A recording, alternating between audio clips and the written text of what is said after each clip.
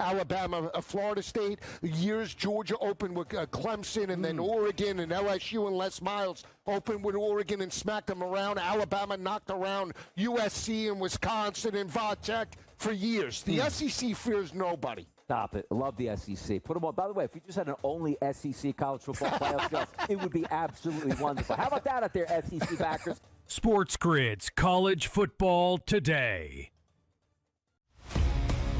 So the Mets, they went through a rough stretch where they were terrible, but, they win the series versus the Mariners. They're kind of turning things around just a little bit. Like, the offense has been there. You said they were in a playoff race. It's tough to say, they need to win. It's like trying to trust teams in different sports at the end of the season. But the hitters are hitting right now. Lean into the Mets, lean into the Phillies. These teams have something to play for, and they're cooking right now. Pro Baseball Today, only on SportsGrid.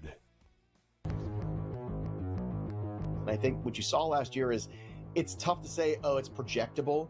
But I do think it's something that when you're taking shots here, you're looking for a bye-week coverage wide receiver on your roster or a guy that has upside who's young enough to grow into more of a role.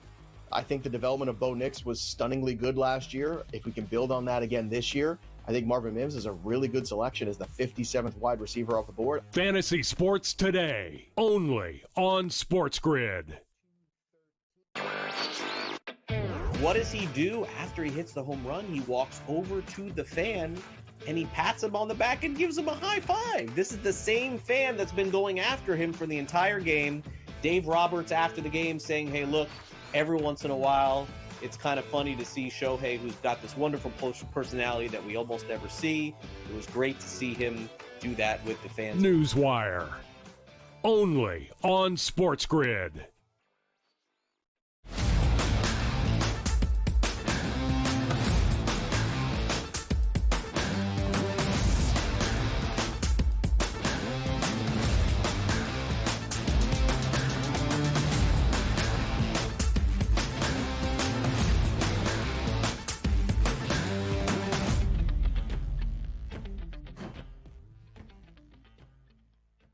Week number 1 in the NFL. Oh, it's so close. You can taste it. Today's Tuesday. You'll wake up tomorrow on a Wednesday. You'll get excited. And Thursday morning, one last sleep, and away you go into your NFL season with the Philadelphia Eagles and the Dallas Cowboys. I feel like I've been saying this for months and months and months, and finally, it's going to be on our TV screens here. But our job over this next hour, Joe, get the people involved, get the people the knowledge they need, and get the people in the window to cash in some tickets. I'm feeling good. I'm energized. It was a Labor Day weekend. I really enjoyed, and now it's ready to get down to business. Oh, are you ready for some football, Donnie? Constant football. No more Sundays without football for quite a while here, Donnie. I'm all for it. Enjoy it, people, because before you know it, Joe and Donnie will be sitting here sometime in the month of December going like, phew, can you believe we're down to the last week of the football season? How much fun, how fast it went. Remember these times. These are the good times here. You know what else are the good times? Talking about the hottest topics across the sports landscape in the 7 and 7, which deals with the Green Bay Packers and Micah Parsons. But did you know, Joe, we have a clip right now asking Micah Parsons, what's the deal, my guy? Well, I'm going to talk, I think physically, I'm great. I think I can contribute a lot. I'm going to team up with the doctors, creating a plan. We already talked about how we can ramp things up and get me into a flow where they feel comfortable and I feel comfortable. But, my plan is to be here. They didn't give up what they gave up for me to sit on the sidelines and make this big of a, risk and change for me to do that. So I'm finna give my all. Let me ask you this question, Joe. He said, boy, I feel great physically. Sometimes when I feel great, I don't need like an epidural or drugs to do my job, right? And this is the problem here, Donnie, right? Like players are always going to be ready to play. That is who they are. It's up to the coaches and ownership and management, the doctors to protect the player from himself. Now you're in a situation where you just gave a guy $188 million, right? So are you reckless with him to start this season? Are we, what do you do, Donnie, if you're Green Bay, because it's there, there was a hit. So it's not like I think this is a surprise because Dallas had been doing therapy to him. They had to have known this, Green Bay, right? On the physical, they had to have known this. So how are you going to manage it? I think that's the big question for Green Bay. What are they going to do to manage it and make sure that Parsons just doesn't go out there and, hey, of course I'm ready to play. Well, what happens if he takes 2 steps back and now you don't have him for 6 weeks? That's the issue. And also, like, this is a shiny new toy that you spend a lot of money on. Yep. You're like, hey, though, you go to school as a third grader. Boy, I can't wait to get home and ride my brand new bike. Well, hey, the bike's got a flat tire. I don't care. Pump it up here. I'm going to ride it. And then it goes flat again. And then you can't use it. So beware in Green Bay that if you don't see him a lot on that football field week number 1, it might not be a bad thing. What's the worst thing to happen? Hey, really pressed it. Boy, I hurt my back even worse. And by the way, I didn't even know he had a real back injury. I just thought it was one of those, I got to come up with an injury situation where I'm on the sideline where nobody can refute it and they can't take money away from me. Maybe it was a real back injury for Micah Parsons. We'll see him in week number 1 with a shot, no shot. We'll be out there. We'll certainly find out that. Matthew Stafford, maybe he's taking shots in his back at this point. Why? Because he's injured entering into the season. But the Rams are telling us, don't you worry about Matthew Stafford. He'll be playing this weekend. Yeah, I mean, listen, it's unlike Parsons. Like, Stafford is not going to have to worry about getting hit every play and, and banging heads. I mean, that's the difference between two guys. Stafford's also 37 years old. So as long as he is able to drop back and as long as they can keep him clean, this is great news for the Rams because we all believe that you need him healthy to get going here, and now you need to protect him. So now that he's good to go, now you got to protect him, McVay. Exactly. I love that offense. I was high on the Rams. I just get a little bit nervous where sometimes I have to take a wait-and-see approach. Give me maybe 1 or 2 games before I can buy back into the Rams because that'll be a devastating loss if Matthew Stafford is not 100% for the season. They're talented, but they need their superstar quarterback to come up big and be healthy and upright for the entire parts of this season. The New York Giants, they got their starting quarterback. It's Russell Wilson. The fact of the matter is we don't know who the backup is going to be. Brian Dable goes, could be anybody. Could be Jackson Dart. Could be Jameis Winston. That really doesn't matter unless, obviously, Russ gets injured or by week 3, they're fed up with Russ. And who gets the nod at that point, Joe? Yeah, well, I mean, listen, if you're moving on from Russ at any point in the season, it's kind of gone off the rails at that point, right? So then you have to, there's a decision that has to be made. Is that, do we let Jameis, get the grunt and the problems, or do they throw Jackson Dart out there? I think it all depends on that offense and that offensive line. Is Russ not having any success because he's getting killed? If that's the case, then maybe you don't roll out your young quarterback to get him to get killed. Maybe you just throw out Jameis there. So I think it's all going to depend, if you got to make the change, what the situation around that change is. You know what I love about changing college football? The expanded college football playoff. Why? Because we'd be saying, all right, Alabama, they're done for the season. They can't compete anymore. Don't buy any more tickets. Don't watch them on TV. Oh, Notre Dame lost to Miami opening night. See you next year. Maybe you'll get a Citrus Bowl appearance this year. Or even you take a look at, other teams across the landscape, the Clemson Tigers. I love the fact that you can lose early in the season and still say, you know what? We run the table. We're almost guaranteed still a spot in the college football playoff. But some of these teams licking their wounds. I always say, Joe, week 1 to week 2 is where you find out exactly where that football team is. You're never as bad as you are week 1. You're never as good as you are. Make those changes in the week number 2, and those teams certainly going to be up to that task. Well, I mean, listen, we saw this a couple of times from the week 0 games, right? We saw UNLV and Fresno State look absolutely pathetic, especially on defense, right? Both those teams came back and won this week here. So you're never as bad as you look from week to week, especially early on in the season. And we said it. If you're going to lose, especially if you're a top 25 team, you lose early because you got plenty of time in order to be able to work things out and get it back. Just look at Texas, look at Notre Dame. These teams will be in the conversation come November. You know who's leaning on that principle right now? Joe Ranieri saying, you know what? We didn't look all that bad last night, and we're a better football team. That was Bill Belichick after getting smashed when primetime Labor Day night action as a standalone college game. I guess there's only one way to go, and that's up after that. Listen, I can't imagine. I mean, the fanfare and it was like a ESPN 30 for 30 on Bill Belichick last night. It was hilarious. And then his team goes out and gets absolutely boat raced by Sonny Dykes. But listen, it's always 70 new guys. It was always going to be a work in progress. I would not want to be in a North Carolina practice this week because something tells me there's going to be a lot of tackling drills being executed this week heading into their next game, which I believe is a short week too. It's like the hype, right? Remember when Deion opened up against TCU at TCU? It was like, we really don't know we're getting to Colorado. Whoa, they won that game, and they were the national story all the way through. I'm not saying that if Bill Belichick won last night, it'd be the national story, but the hype and the vibes will continue. They were doused, smashed, and erased last night, where if you're Mike Lombardi, the general manager, I don't know what type of team you put together, but good luck being on the phone today trying to call kids up and get them excited about coming to North Carolina after that showing. You know they had a lot of recruits in the building, and the recruits were probably very excited to watch it, and then go like, ooh, I don't know if I want to be here at this point right now. Goodness. Other stories after the New York Mets. Juan Soto with a grand slam and 6 RBI yesterday to handle their business. And at the U.S. Open, Naomi Osaka defeats Coco Gauff, and away they go. So many more hot topics to get to. So much more fun to be had right here on the early line. I know it's a Tuesday. Thursday, we got football. We didn't get Monday to set the table. Stick with us. We'll get you prepared for Eagles, Cowboys, next.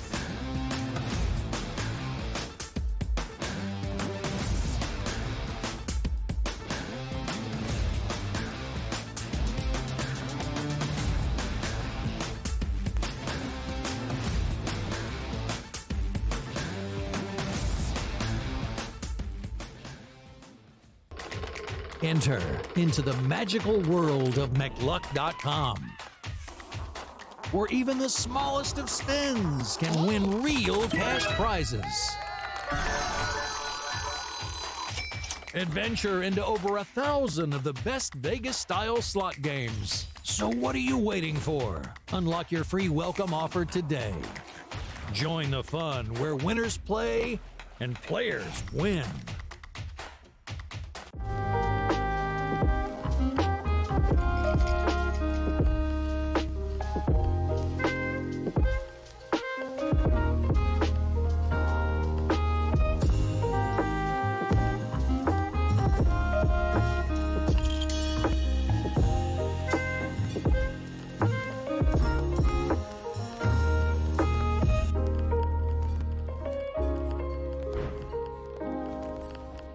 We're going to go through every single thing, and I've got a great team behind me that's going to help me get the job done. I want this to be the place that people come to. There is going to be an energy to game time decisions that you will feel night in and night out. We are going to hit every single one of those markets that you need to know about. We will have everything at our disposal, and we will use that to our advantage. There is not going to be a better place, I promise you, than Game Time Decisions. I'm Kevin Walsh. Tune in to Game Time Decisions weekdays on SportsGrid. This is the moment every fan waits for. The countdown's over. The road to kickoff has begun. Play is here to stay. I'm not going to name names, Kevin. From win totals to player props, from division races to MVP debates, we've got eyes on every camp and data feeding 24/7, breaking down every angle across the league. Every pick, every edge, every line that matters. SportsGrid. Your road to kickoff starts now.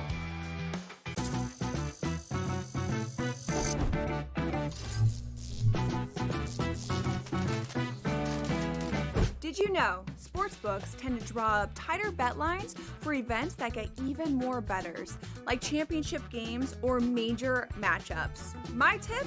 Try betting on less popular sports. You might have a better shot at beating those odds. Now, go get lucky. See you in Las Vegas. Let's get lucky.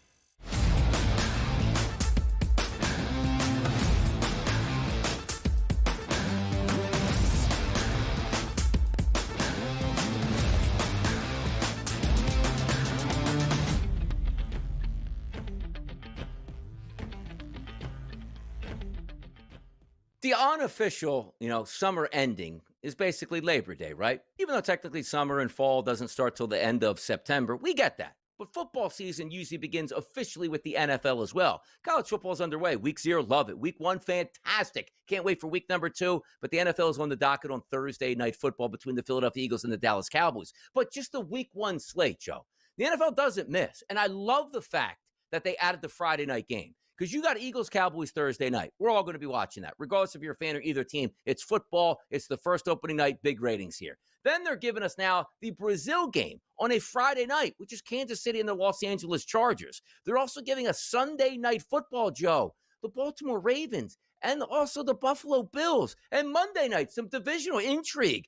New quarterbacks going toe-to-toe. Caleb last year trying to improve with a new quarterback coach and also a head coach in Ben Johnson. You take a look at J.J. McCarthy. I love what the NFL did. And also, how about a little appetizer, right? Hey, Aaron Rodgers, good luck on this. We're going to send you back, and you're going to take on the Jets at 1 o'clock on Sunday. Thank you, NFL. You understand the storylines.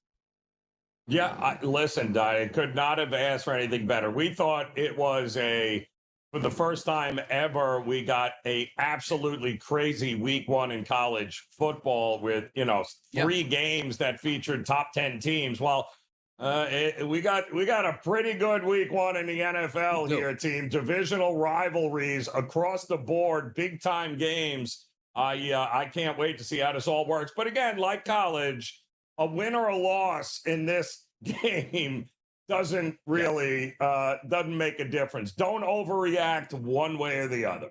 Oh, we will. Oh, we will, Joe. We will be screaming on Friday in that Eagles-Cowboys game. We'll be screaming on Monday playing armchair quarterback. Absolutely love to see it. And by the way, snuck in there at 4:25 time range, Detroit and Green Bay as well, man. Fantastic week of the NFL, but it does kick off on Thursday night football between the Dallas Cowboys and the Philadelphia Eagles. If you're watching lines, Joe, over the summer, it was roughly 6 to 6.5, depending on where you're shopping at. They now sit at 7.5 to 8.5 here, depending on where you're shopping at. Why?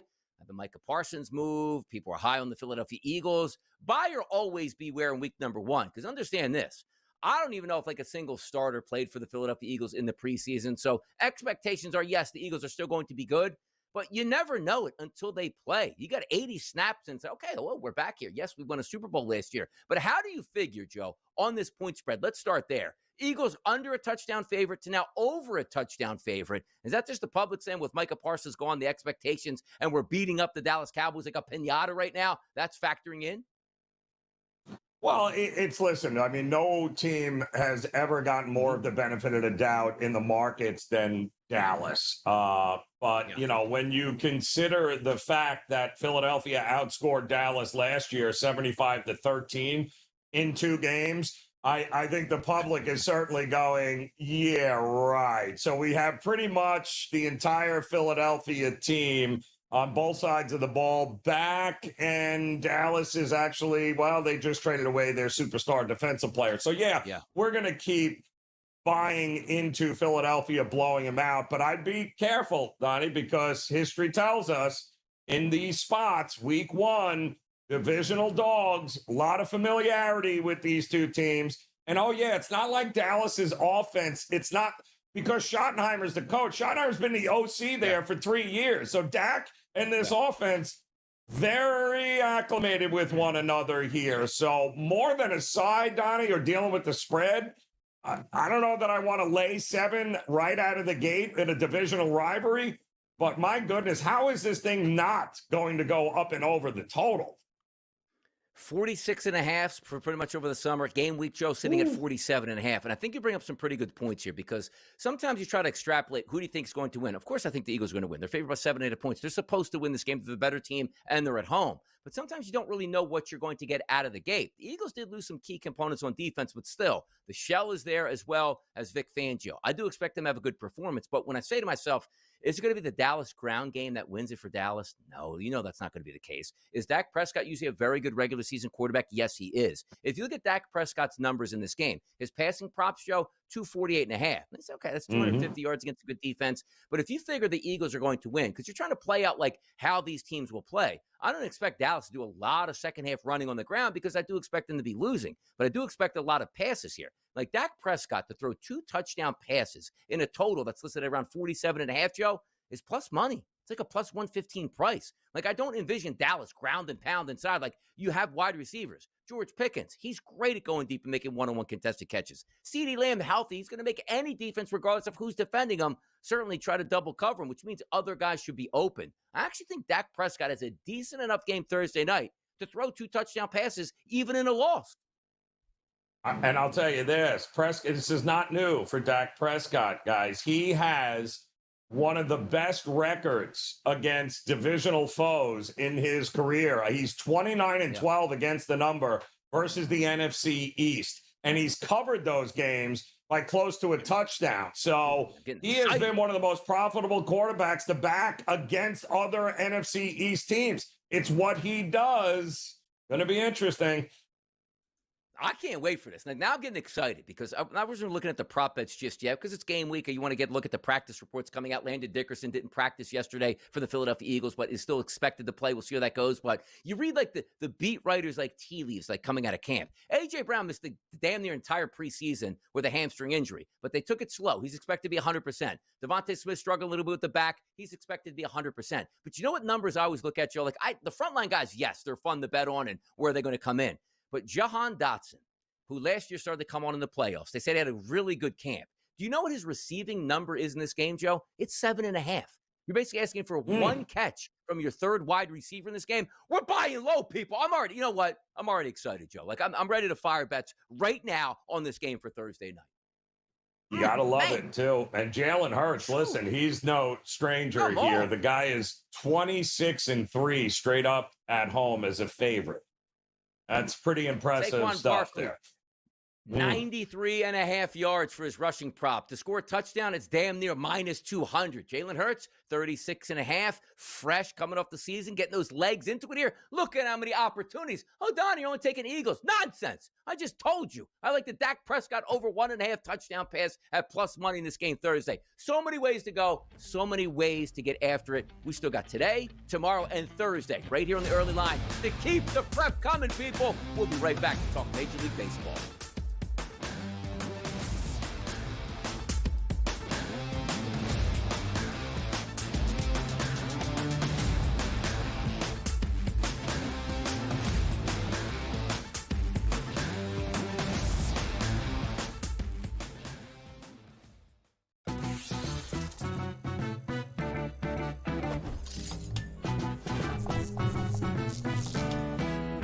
First time on a casino floor and feeling a little overwhelmed? Well, here's a tip.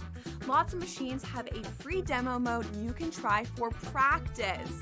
So give those slots a spin in practice mode before you start putting down some real cash. Now, go get lucky. See you in Las Vegas. Let's get lucky. Hopefully starting in 2027, where I think the schedule could just completely get blown up, which would be so exciting for the fans, the players. So there's interesting things that I've heard that that would be like one of the first things that could say that people are talking about, and that things could really get changed up a little bit. The Smiley Show, only on SportsGrid. Good news, bad news, but it's the same problem when they created this problem come draft day, right? We all knew you got too many quarterbacks. It's as simple as that. Unless one guy absolutely stinks, then you still have too many quarterbacks because you still got Deshaun Watson, who's eligible to come off the IR this season if they really want to go down that road again. In-game live, only on SportsGrid. This is the moment every fan waits for. The countdown's over. The road to kickoff has begun.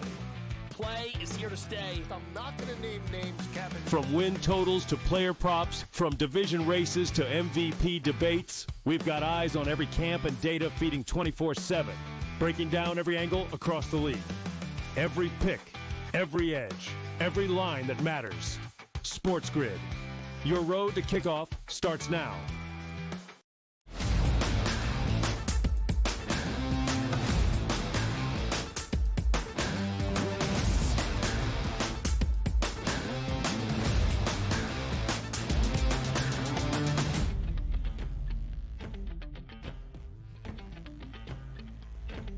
Get fired up, people. Get fired up. It's almost football season in the NFL. We just had a segment here where now the juices are flowing. I feel like I have to press down like 50 different bets here. I can't wait for Thursday Night Football. But you know what also I can't wait for? The action to get started up right here on the Diamond today. We're going to head to Cincinnati, the Queen City first.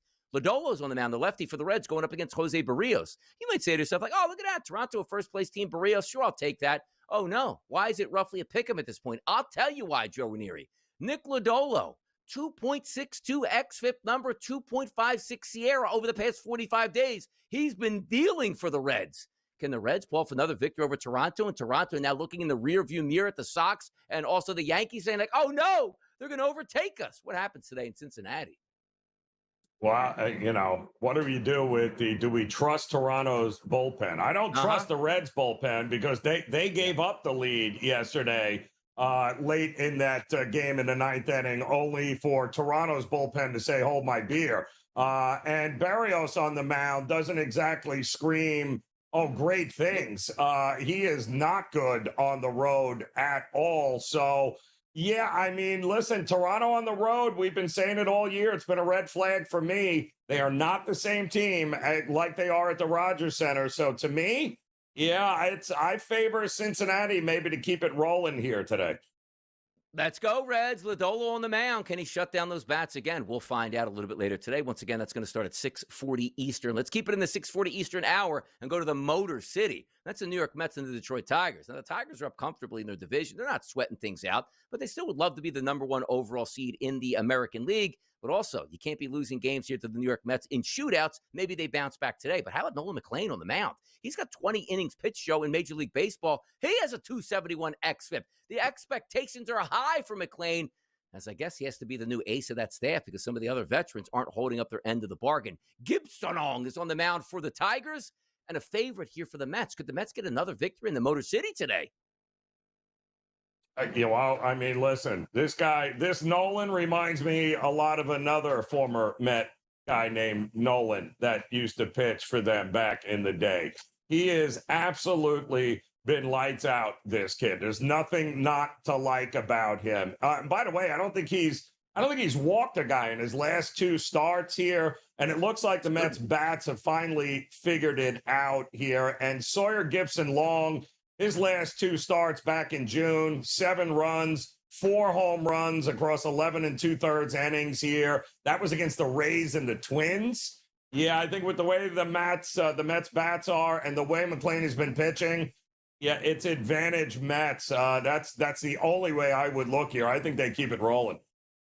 Yeah, kid. That's got a couple young pitchers in their starting rotation right now. What is it? The Tom kid, I think, is going to get another start as well. We'll see what McLean can do today, but never a bad sign to have good young pitchers down the stretch. But how long can they keep it up? And maybe is there a bounce back today from the Detroit Tigers? They hit yesterday. They just couldn't defend, and they just couldn't get starting pitching or bullpen yesterday. We'll see if that does change today. We do have a mismatch on the mound here, and the Boston Red Sox trying to chase down the Toronto Blue Jays. They're going to take on Cleveland today. Crochet, the lefty, on the mound at home in Fenway, going up against Slade Ciccone.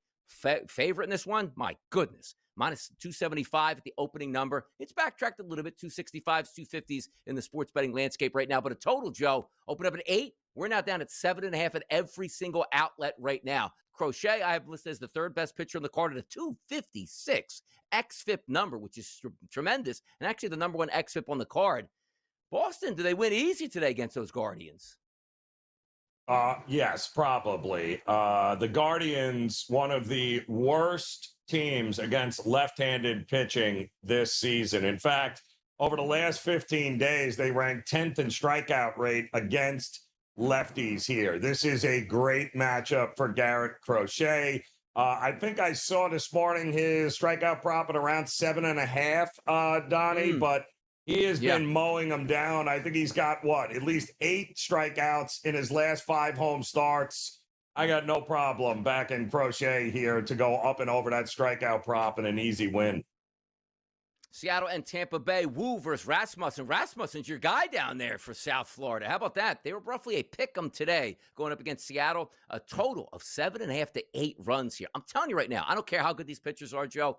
You're telling me somebody's betting under 7.5 in Tampa? We got 12 yesterday, 10 by the Rays themselves. I mean, listen, Seattle is the pure definition of you never want to catch a falling knife. Seattle is a falling knife. They can't wait to get back to Seattle. This road trip has been brutal for them. Woo or no woo, you can't back Seattle at this point. Woo as opposed to boo-boo at this point. Come on, Mariners, start hitting here. Chase down those Astros here. We're going to the Windy City next with a total of 8. Probably means the wind isn't blowing out. But we'll handicap it. You know that.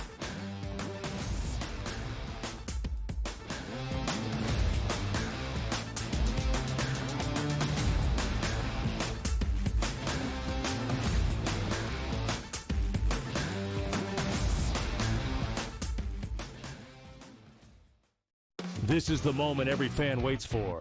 The countdown's over. The road to kickoff has begun. Play is here to stay. I'm not going to name names, Kevin. From win totals to player props, from division races to MVP debates, we've got eyes on every camp and data feeding 24/7, breaking down every angle across the league. Every pick, every edge, every line that matters. SportsGrid. Your road to kickoff starts now. The Pirates use that thing, Joe. It's like once every 15 years, we'll hope for the perfect storm with lightning in a bottle, then we'll try to rebuild it again. Enough, man. In this day and age, with the prospects that you can certainly have by stinking every year and top-flight talent like you see in Paul Skeens, it's just a shame, and it gets on my nerves. Like, for me, being a Phillies fan, I think it's hilarious. Like, I never want Pittsburgh to be good. Why? Not because it's a rivalry. It's just a team you don't have to worry about in the playoffs, and your team can make the playoffs. The Early Line, only on SportsGrid. There's no way you're going to have a team with 63 wins and two other teams with 55 and probably another two that are between 49 and 52. So there's got to be some pullback a little bit, right? Under 62 and a half wins for the Oklahoma City Thunder. Betting above the rim, only on SportsGrid. The sharpest football contest show in the land, the Las Vegas Football Contest Show, focuses on Circus Sports Million, Circus Survivor, and the Westgate Super Contest, handicapping the games and releasing our contest picks every week of the season. With two former Super Contest winners, Brady Cannon and James Salinas, a former NFL player, Mike Pritchard, and over $1 million in contest prize money won combined, the Las Vegas Football Contest Show will have you prepared this season like none other.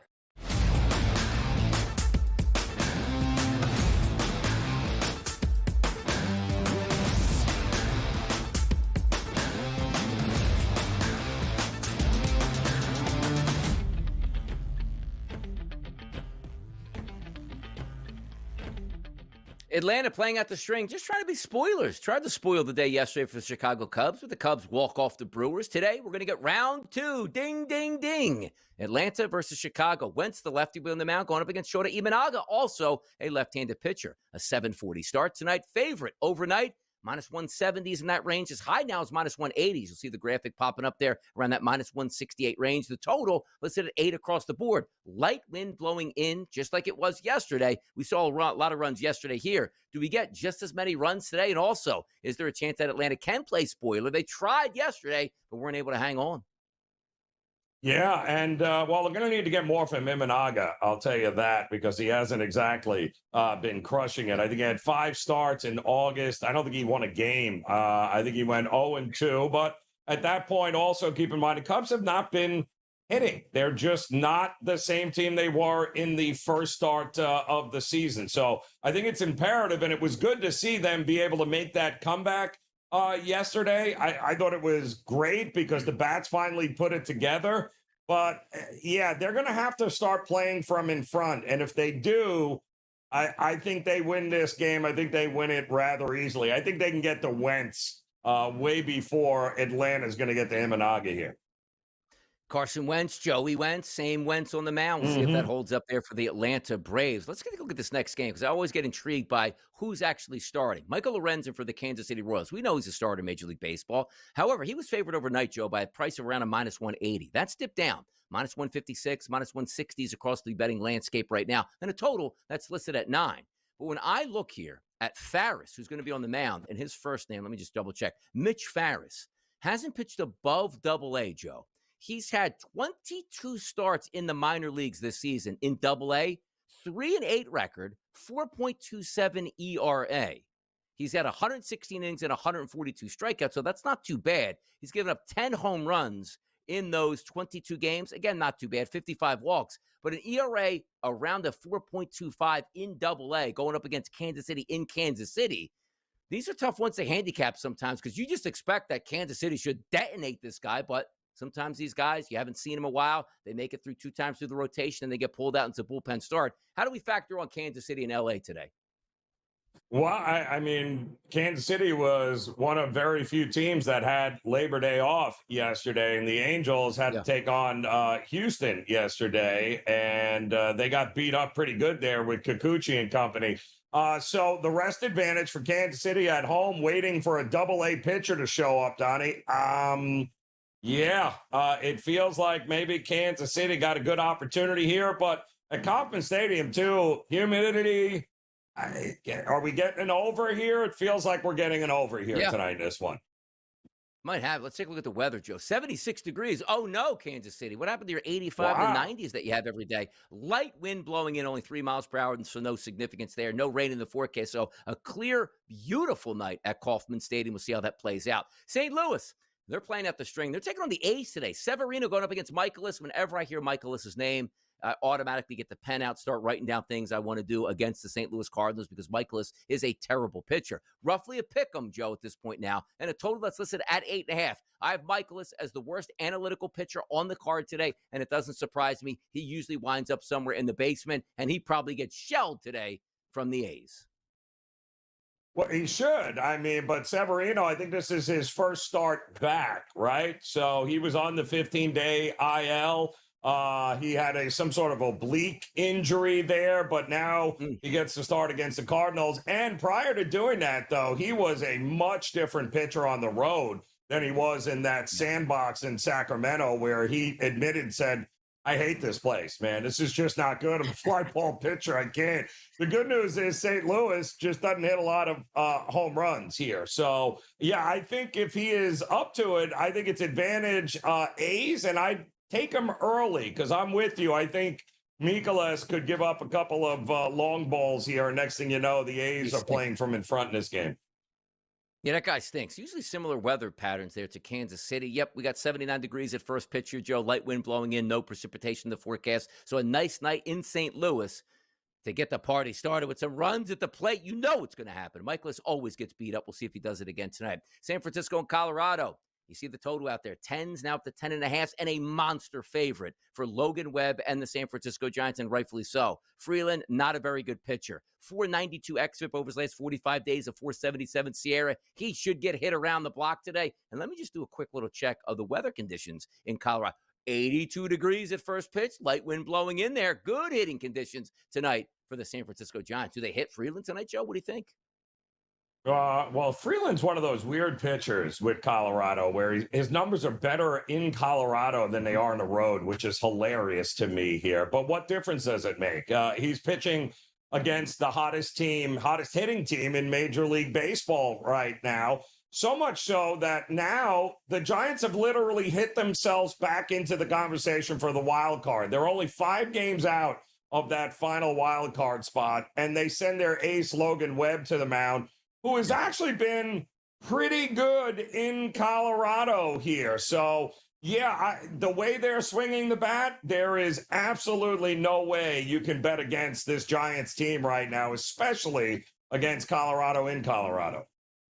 How about a smoking hot team here, Joe? 9:40 start tonight. That's the Texas Rangers. Get everybody injured, get all your pitchers down, and then start playing your best baseball of the season. They've won 6 games in a row, 9 of their past 10 games, and they're going to take on Arizona in Arizona. Latz, the lefty on the mound, going up against Chris Matt, the righty. Roughly a pick 'em, depending on where you're shopping at, and a total that's listed at 9. Don't mess with Texas right now, Joe. They're hot. 6 straight now for the Texas Rangers, who all of a sudden at 72 and 67 look like they're making some ground on Seattle, who absolutely can't win a game on the road. I think they're within a game and a half of the final wild card spot. So just like that, the Rangers very much in it, only 4.5 out from Houston as well. So, and they're doing it. I don't know how they're doing it. You got a whole bunch of guys. You lost all your top end guys. And yet here they are continuing to beat the teams they're supposed to beat on the road. This has been a heck of a West Coast trip for them. I'm not stepping in front of the Texas train right now. It's a lot of experience still on his team, and there are guys hitting. It feels like remember the Guardians had that little resurgence, like, oh, we're going to lose our best closers and our best relief guys. We're going to trade some players away. And then, oh, they had a couple-game win streak. Well, it's now like I've been waiting on Texas the entire season. Now, Texas is doing damage without their best players in the lineup. It's kind of funny how some things work out, but that's the way it's been for Texas. We'll see if that hot streak can continue out there in the desert. Baltimore and San Diego tonight. Wells versus Darvish on the mound. Heavy favorite, no surprise for the Padres. Give or take 174 to 175, depending where you're shopping at. In a total between 8.5 and 8s here. Darvish, can he be dominant against Baltimore? Baltimore playing at the string. Padres looking to chase down here the Los Angeles Dodgers. What are we thinking, Joe? Well, they better do something here, the Padres, because they somehow managed to throw up all over themselves yesterday and lose to Baltimore. So they need a big bounce back here. Darvish at home. I like the under yesterday. It is a pitcher's ballpark here. I don't mind the under again here with Darvish and company on the mound. I think it's still a lower scoring game. I'm looking at under 8.5.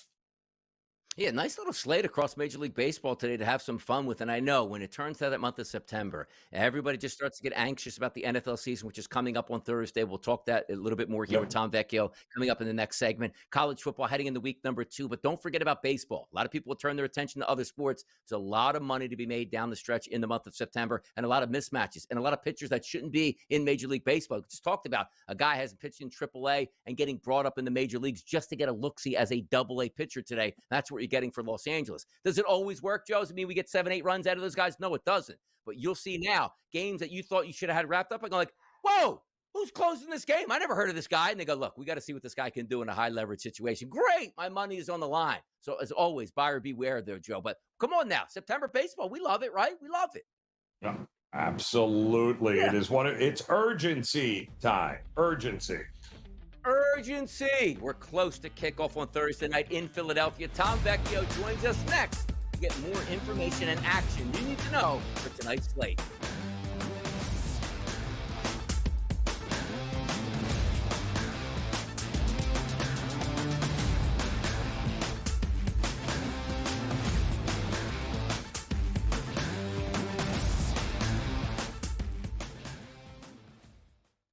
This is the moment every fan waits for. The countdown's over. The road to kickoff has begun. Play is here to stay. I'm not going to name names, Kevin. From win totals to player props, from division races to MVP debates, we've got eyes on every camp and data feeding 24/7, breaking down every angle across the league. Every pick, every edge, every line that matters. SportsGrid. Your road to kickoff starts now. The Pirates use that thing, Joe. It's like once every 15 years, we'll hope for the perfect storm with lightning in a bottle. Then we'll try to rebuild it again. Enough, man. In this day and age, with the prospects that you can certainly have by stinking every year and top-flight talent like you see in Paul Skeens, it's just a shame, and it gets on my nerves. Like, for me, being a Phillies fan, I think it's hilarious. Like, I never want Pittsburgh to be good. Why? Not because it's a rivalry. It's just a team you don't have to worry about in the playoffs, and your team can make the playoffs. The early line, only on SportsGrid. There's no way you're going to have a team with 63 wins and 2 other teams with 55 and probably another 2 that are between 49 and 52. So there's got to be some pullback a little bit, right? Under 62.5 wins for the Oklahoma City Thunder. Betting above the rim, only on SportsGrid. The sharpest football contest show in the land, the Las Vegas Football Contest Show, focuses on Circa Sports Million, Circa Survivor, and the Westgate Super Contest, handicapping the games and releasing our contest picks every week of the season. With 2 former Super Contest winners, Brady Cannon and James Salinas, a former NFL player, Mike Pritchard, and over $1 million in contest prize money won combined, the Las Vegas Football Contest Show will have you prepared this season like none other.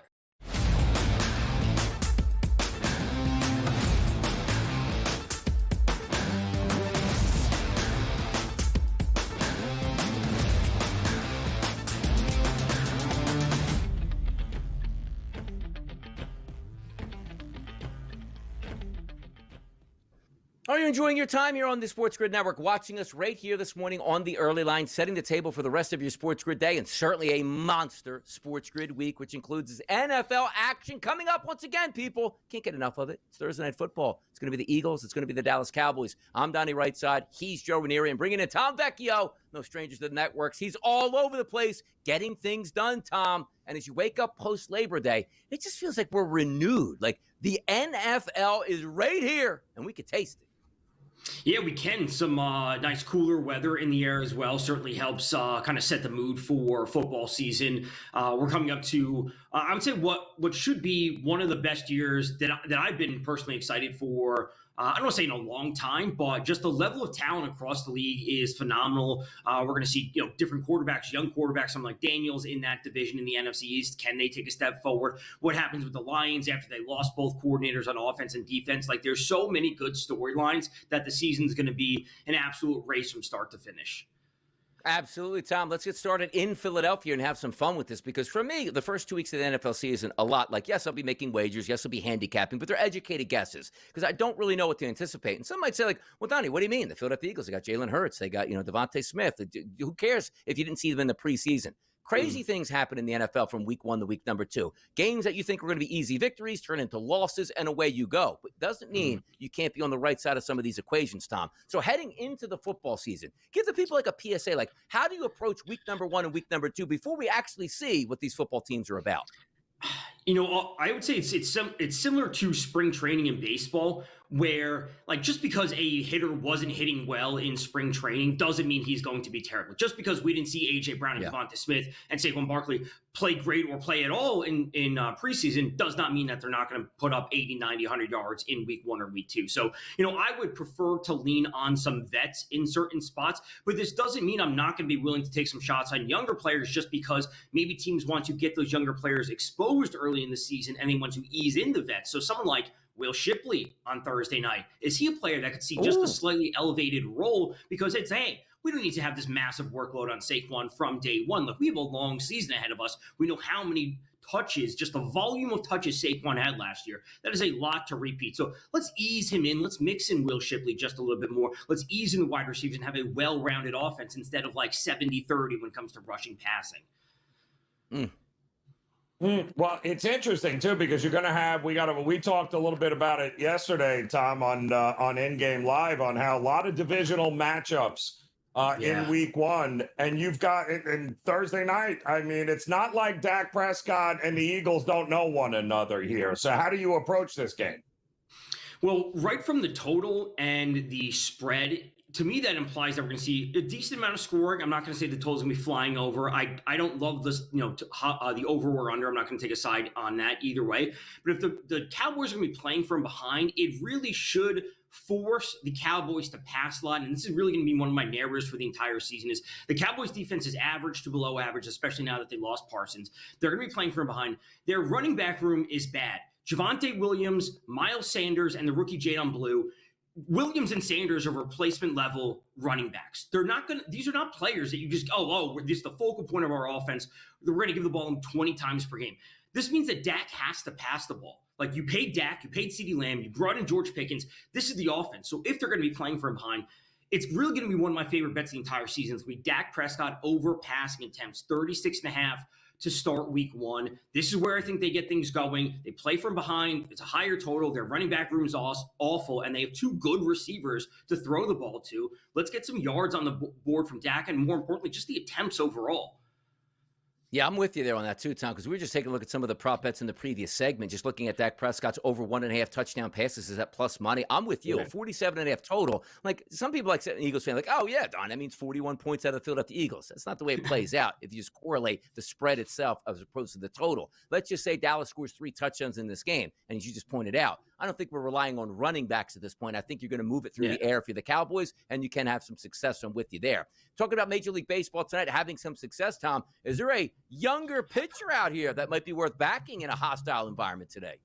Yeah, let's go to the Mets, who, Joe, we were covering this game yesterday on In-Game Live, just a bananas game between them and the Tigers. Let's go to their young pitcher they just called up a couple weeks ago, Noah McLean. Let's go to over 5.5 strikeouts for him. So this plays into essentially 3 things, 2 of which are related.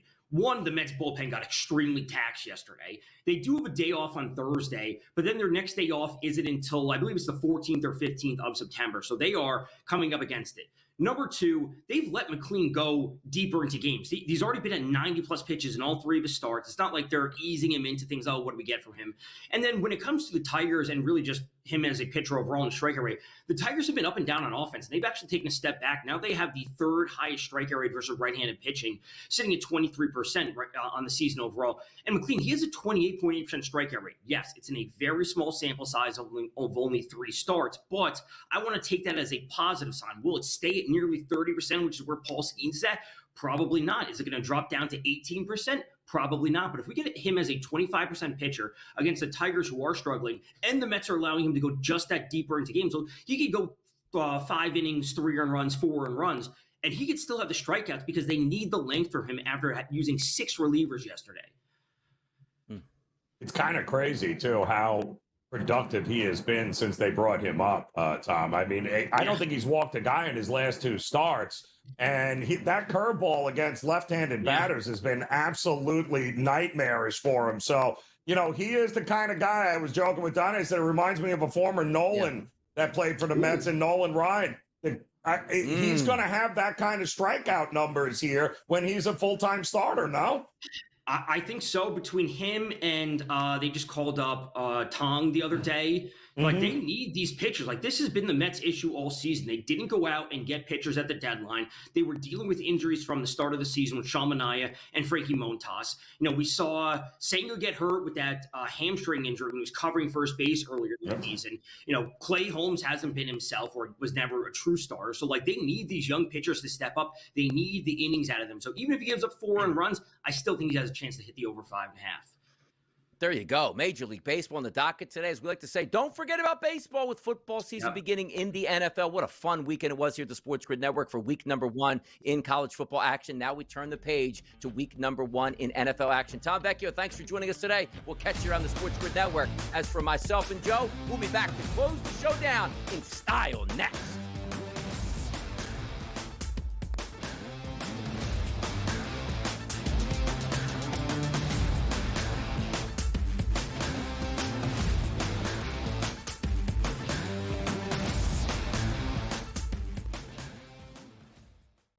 This is the moment every fan waits for. The countdown's over. The road to kickoff has begun. Play is here to stay. I'm not going to name names, Kevin. From win totals to player props, from division races to MVP debates, we've got eyes on every camp and data feeding 24/7, breaking down every angle across the league. Every pick, every edge, every line that matters. SportsGrid. Your road to kickoff starts now.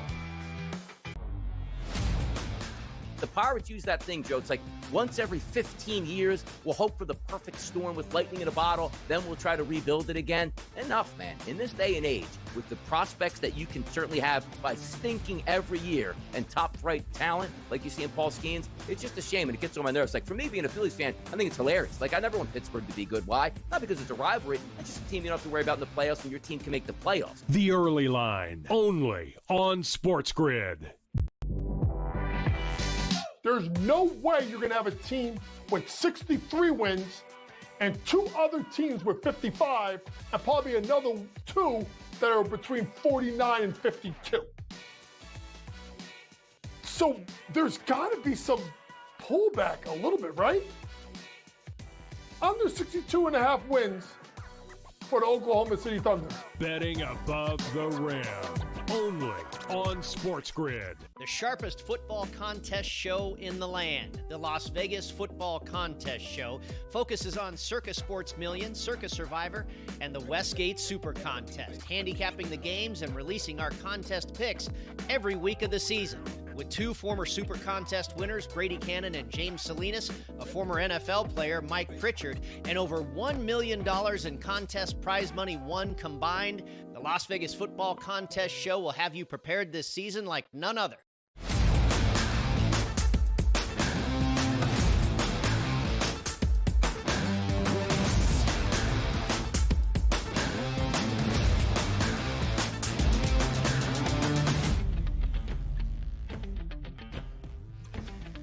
There's no lag, people, on your week here. Yes, we didn't have a Monday show here on the early line. That's because it was Labor Day. We wanted the people to get enjoyed, get rejuvenated, get re-energized, and then we would come back on the air on a Tuesday to set that table for the rest of this day and, more importantly, the rest of this week. That's what we're doing today. But at this point of the show and this segment, we love to reach out to the public to see what they have to say. Here's Fade the Public.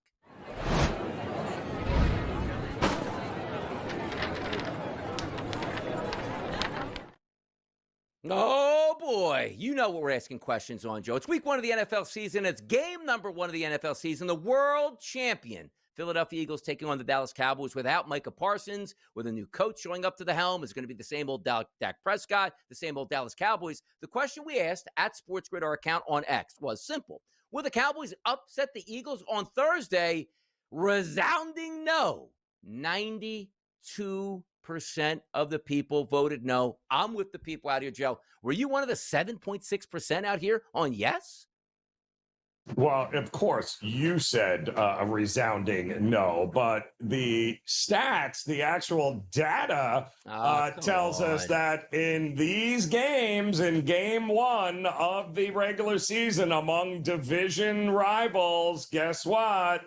Yeah, it's about 50-50, guys. I'm just saying it's about 50-50 since 2010, I believe, in fact, is what they are saying. Divisional dogs in week 1, 40, 41, and 2 straight up since 2010. That is pretty profitable if you're looking at it. So I don't agree with the 90-10. I think it's closer to 50-50. Eagles. Eagles. Oh, get the chance started. We can't wait in Philadelphia for this game to certainly get underway. It'll be a lot of fun. Also, modern sports betting under the answer to this back. The poll should have been, will the Cowboys cover the spread? Yes, that's a little bit different than actually winning the game as roughly a 7 to 8 point favorite. We'll see all of that, but we got you. I'm telling you, people, tomorrow we'll be right back on this game. Thursday, we'll spend a lot more time on this game, getting you all the prop bets, all the knowledge that you need right here on the SportsGrid Network on the early line. But you know what else it's time to do? Make the people some money. Bye, bye, bye.